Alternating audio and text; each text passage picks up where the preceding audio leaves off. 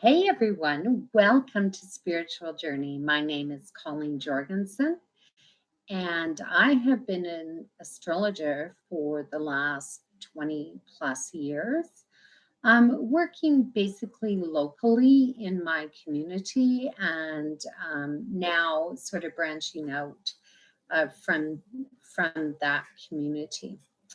So today I want to talk about the total solar eclipse, new moon that's happening on December the 4th.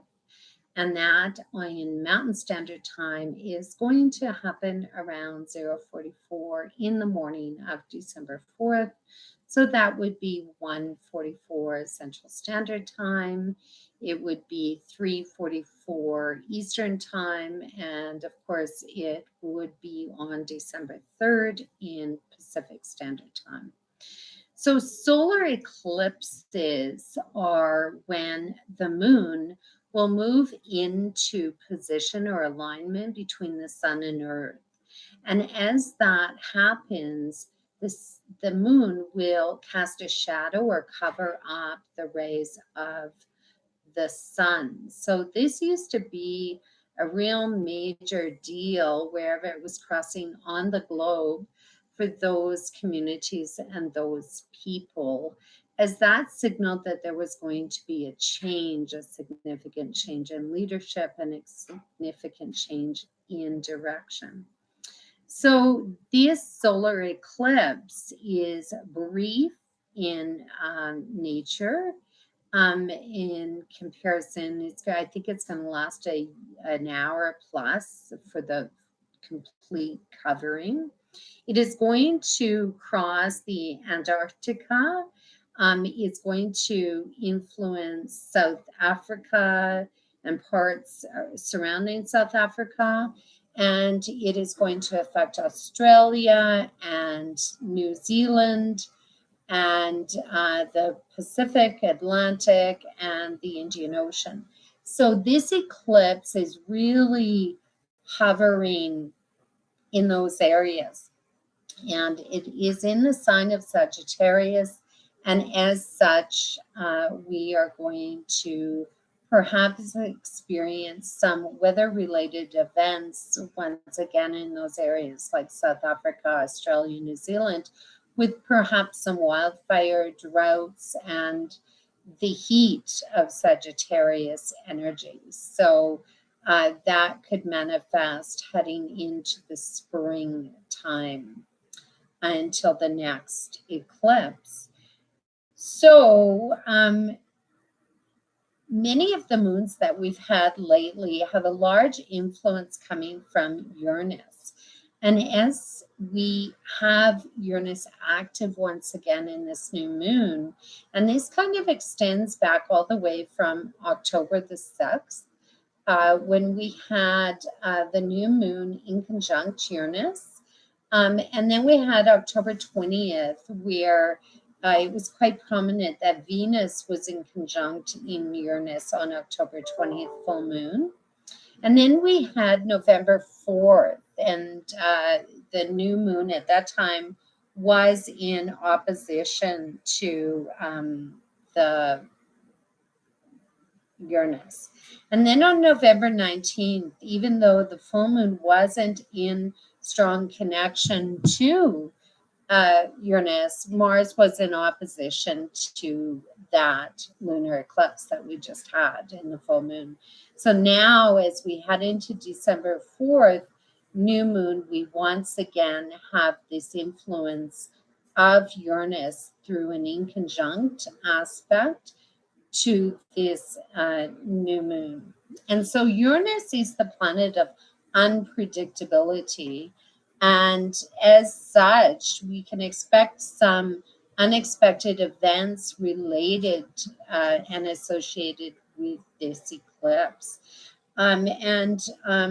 Uranus also, as we head into the month of December, is going to make its last square to Saturn around the 20th to 23rd of December. And as we move towards that, this eclipse is kind of drawing in some of that energy. So we have to be cognizant of Saturn square Uranus. That happened in February of this year, and it also happened in June. So if you have a link or a connection, those energies may begin to manifest once again with you. And so Uranus is those unexpected events, the unpredictability that in many cases produces a bit of a crisis or chaos. It comes about in surprising ways, and sometimes it throws us off guard, like we're not prepared for it. Because this was Mars opposing Uranus in the last eclipse, the lunar eclipse on the 19th of November, we seen in British Columbia really the impact that Uranus had against the infrastructure there. And so there was a big collapse in many ways of the highways due to the flooding. So this eclipse is going to bring this unpredictability, this kind of feel of crisis, and it can bring a little bit of panic to the situation. And the square is kind of saying that maybe new rules are beginning to manifest, and some new direction of regulatory system is coming into our existence. And this can get us all tangled up. So, and in conjunction, we'll say to us that we have to follow the rules and the protocol in order, because an inconjunction is hard to solve. It's hard to get through that. And really, I don't know if there's much of a solution to an inconjunct other than the fact that we are aware that there's this continuous pressure on us to resolve something. And so that can kind of create this anxiousness and frustration with this moon happening. So Saturn will seek to control this. And the new moon is in a separating aspect through sextile with Saturn. And so that is definitely going to help us in many ways, because that's really says to us, you know what, just do the things you're supposed to do, go from point A to point B. Don't get in a big kerfuffle about anything.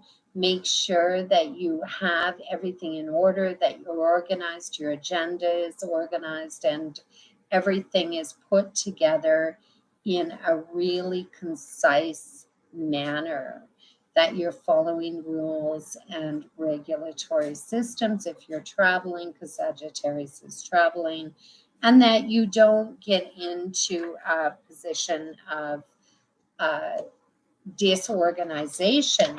And even though you may get into a position of disorganization, it's quite likely that if you just calm down and or seek some sort of authority to assist you or some sort of guidance from somebody, that this will actually put things back together for you.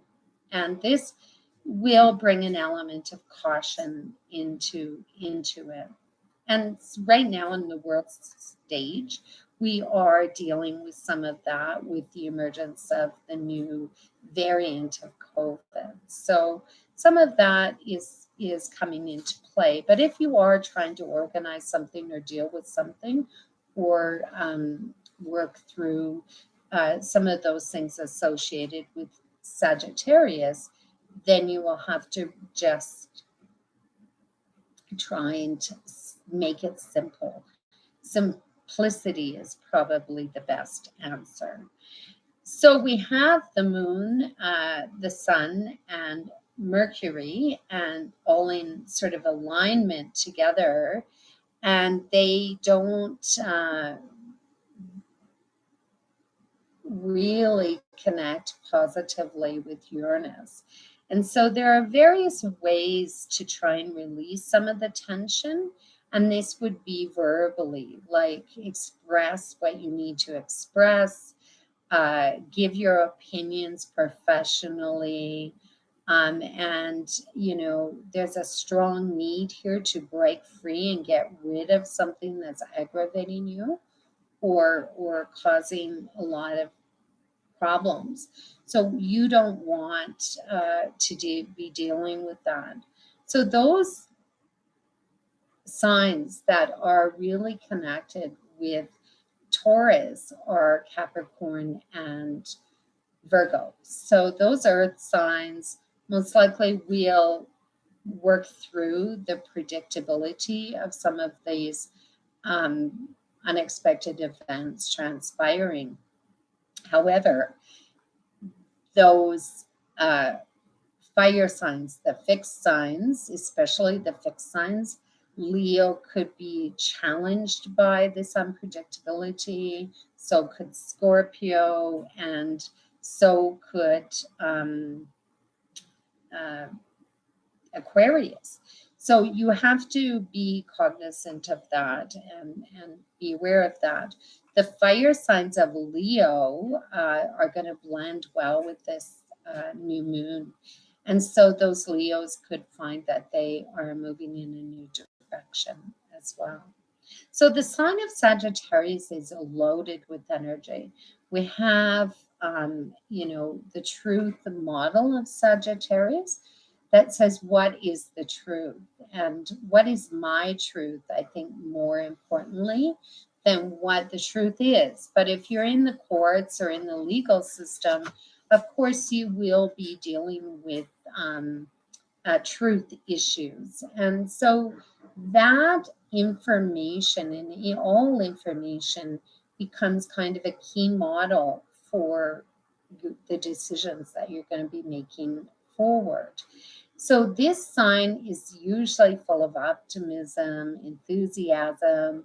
It is motivational and really actually quite inspirational. And it taps into our morals, our belief systems, our ethics. And it is connected to religion, travel, immigration. And so we could be seeing things in a new perspective, and changes in the areas of these specific things are certainly highlighted. In addition, courts, the legal process, and laws. So those things are really highlighted for this solar eclipse. So the solar eclipse generally shoots us in a new direction. That's what it does. It says to us that a new set of beliefs is coming, but it also, what it will do with the sun is there's a new ego directive, a new mission, a new goal, a new ambition begins to form. And in many cases, some people are overshadowed by other people as they emerge, and some people fall from the spotlight. So you can see some of those leaders right now that will begin to drop off, and they will be somebody else will take their place. And so you can really get a shift in leadership and a shift in popularity with various people that are high up, well educated, and in positions that are professional. And so we have with this large, vast, with Mercury so close, with information, the media, journalism, teachers, professionals, and the educational system, along with the intelligence system, intelligence or the governing of intelligence in various countries. The truth of what is being expressed is going to be extremely important because Mercury is going to square Neptune on the 7th of December. So this is going to distort the facts. And as we move through this eclipse energy, we're going to see some of that influence start to take hold. So it's interesting that this eclipse is covering up South Africa, and that South Africa right now on the world stage is saying you are ethically and morally in breach of us as a country, and that you are targeting us specifically because of our culture or and discriminating against, because this is our ethnic background and this is our cultural ways. That's a stretch, but I did hear the Prime Minister say that. And so we're going to take sort of a look at some of this. Who are we targeting, or who is targeted, and if it's relevant, if the information coming out is the correct information. So this is also a South Node eclipse, and it's kind of karmic by nature. And so there could be some karmic relevance here somehow and from the past. So even though it's a South Node eclipse, it's kind of like very familiar. It feels very familiar, like something is being repeated. It's a time of releasing and letting go. And there is a need to move forward. But there's a little bit of lack of confidence here in some ways. And we know where we're going because this has happened before. And so we could feel a little bit like we're out of control, like we just really don't want to do this anymore. And so South nodes, or the nodes, always for me are that we're closing the door. This is a time where we need to close the door, and an old phase is moving away. So as the old phase moves away, we can find that some doors are opening with the North Node, and that would be the November 19th eclipse. So this indicates new direction, new goals, new visions for the future, a new perspective as it begins to build momentum. So Mercury is the lord of the eclipse, just because it's sitting right beside this eclipse. And Mercury here signals that there's a change of direction, opinion, and a change of conversation, as Mercury also is close to being eclipsed. So the way we focus, the way we think, the way we do trade, distribution of goods and services, negotiations, partnerships, and communication. So planning, travel agendas, and appointments are also in here. So what is interesting about this is on December 2nd, Mercury is going to trigger this eclipse. And so if you have any plans for anything, travel, perhaps you want to apply for an educational program, perhaps there is some major meeting that is going on, you will kind of get a hint about what you need to do next as Mercury triggers this eclipse. Then Mercury is in a wide applying orb to Neptune, and he's going to move towards Neptune in a square. And so by December 7th, we could be a little out of sorts, maybe second guessing ourselves. We shouldn't have done that. There could be maybe a bit of confusion around the 7th of December. And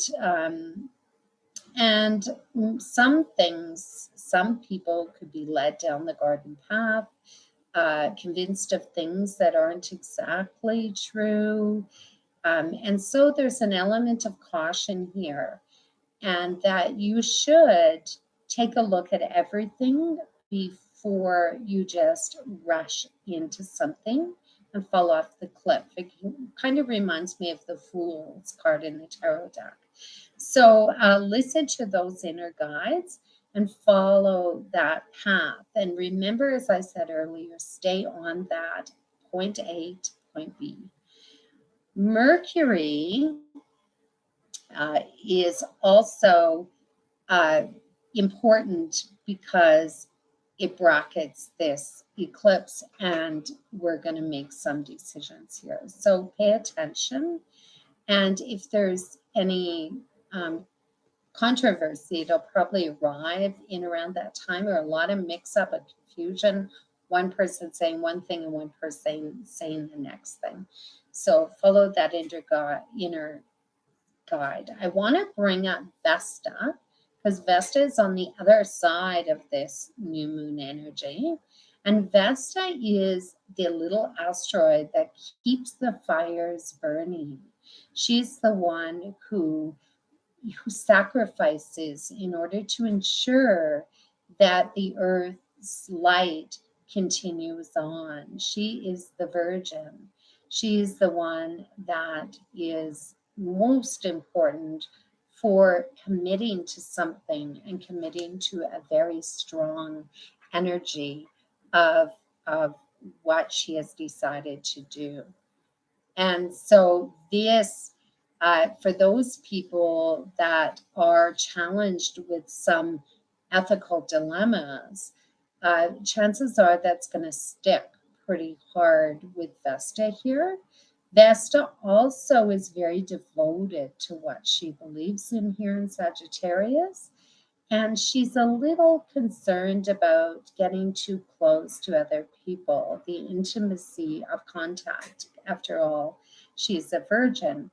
And so there is this feeling of perhaps alienation, which comes with her energy. And so it is interesting that she's sitting right there, and all of these planets are like driving in with us in conjunction into Uranus. Like there is something going on, but really nobody exactly knows how to handle it. And so that is important. The ruler of Sagittarius is Jupiter, and Jupiter, of course, is challenging both these nodes of this eclipse, the south node and the north node. And that is important because we could be feeling like we're stuck between the past and where we need to go in the future. Jupiter is forming this square, Mars is forming this square to Jupiter. And as it does that, we kind of get this crusade going. And that crusade could kind of say, you know, this is what I believe in, this is the right direction, and I need to convince you that this is what you need to do as well. So this can really push towards forcing somebody into believing something that you believe in. And so it's a really strong energy for that movement forward. So Mars is important because by the 8th, Mars is going to square directly with Jupiter. And even heading into this 8th, we could see protests. We could see some upheaval, fighting in immigration laws, or fighting for a belief system. And so this can cause quite strong responses and actions to various things. Mars is going to trigger this eclipse on December 30th, 31st, and the 1st of January. So this is definitely going to be a high point in the directive of this eclipse, and many things can begin to happen at the end of December. And so it's important that we pay attention to that. The closest fixed star to the eclipse and new moon is Rastepin. So Rastabin is known as all-wade as well. And according to Robson, this is kind of a nasty little energy that kind of can produce a lot of criminal activity, perhaps some violence, produce a loss of property. And, there's some energy with adultery or adulteresses. But according to Rob Tillett, this fixed star is definitely impulsive, but it's really good for astrology, writing, sports, finance, and the arts.